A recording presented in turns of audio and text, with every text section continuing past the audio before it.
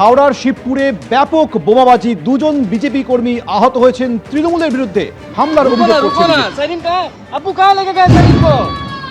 कहाँ लेके गए सरिन को?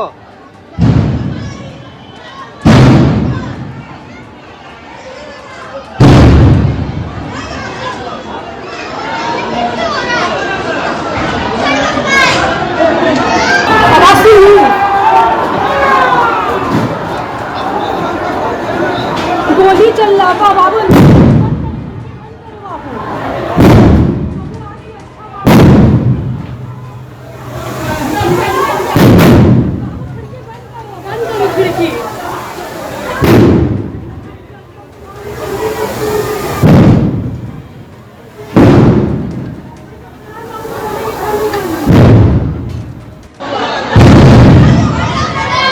रुको ना सरिन का अबू कहाँ लेके गए सरिन को?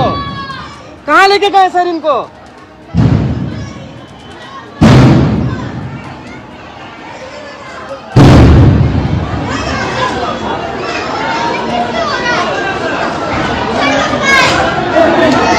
आवाज सुनी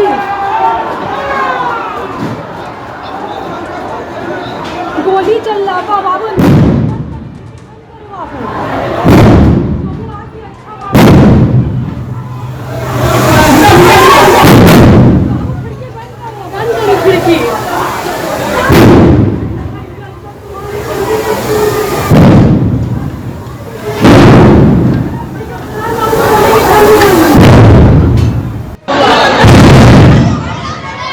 रुको ना सरिन का अबू कहाँ लेके गए सरिन को?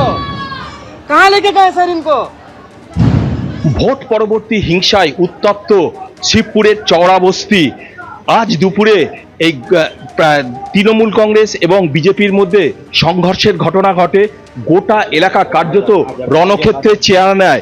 এই মুহূর্তে দেখা যাচ্ছে এই যে চওড়া বস্তির যে গলি, সেখানে চারদিকে প্রচুর ইট ছড়িয়ে পড়েছে এবং এই যে বাকেট আছে, বাকেটের ভেতরে তাজা বোমা আছে।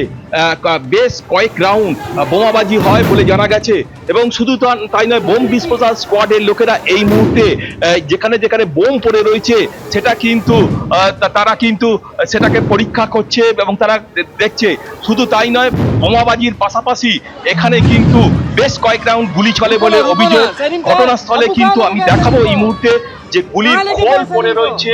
जैसे ईट फीट मेरे बम फम के लिए गुली गुली चलावे এই মনোজ খানকে উপরে গুলি মারতে এসে সব দম ফম মেরেছে বিজেপি করছে তৃণমূলটা।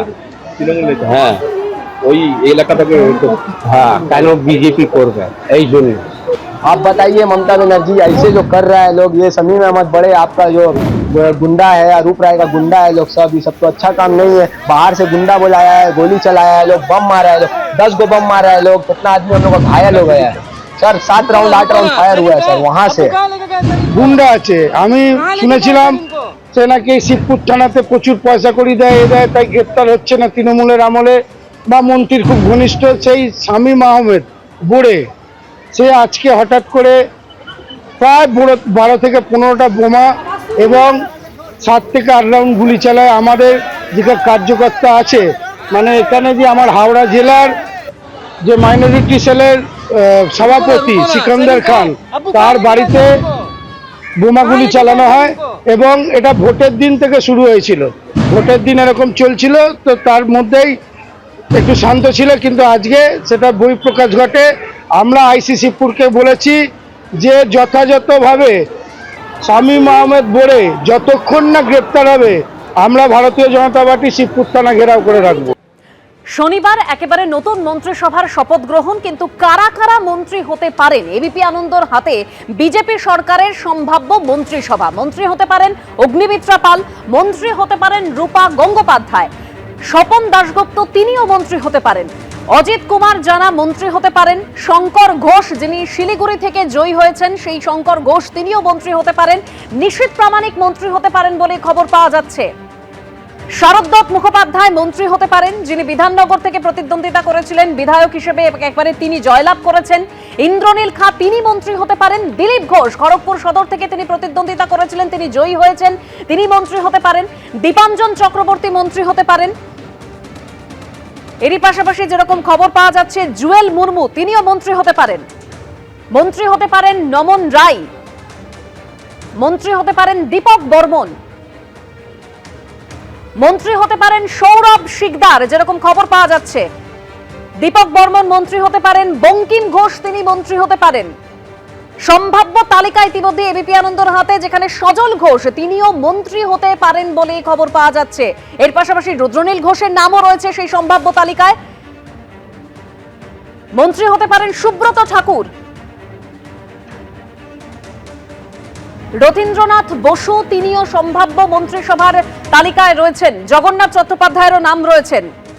এছাড়াও সম্ভাব্য তালিকায় আরো একাধিক বিজেপি বিধায়ক রয়েছেন বলে খবর।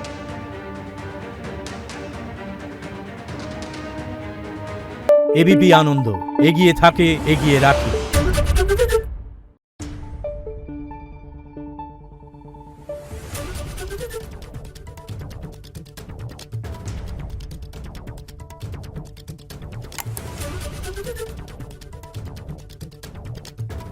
Thank you.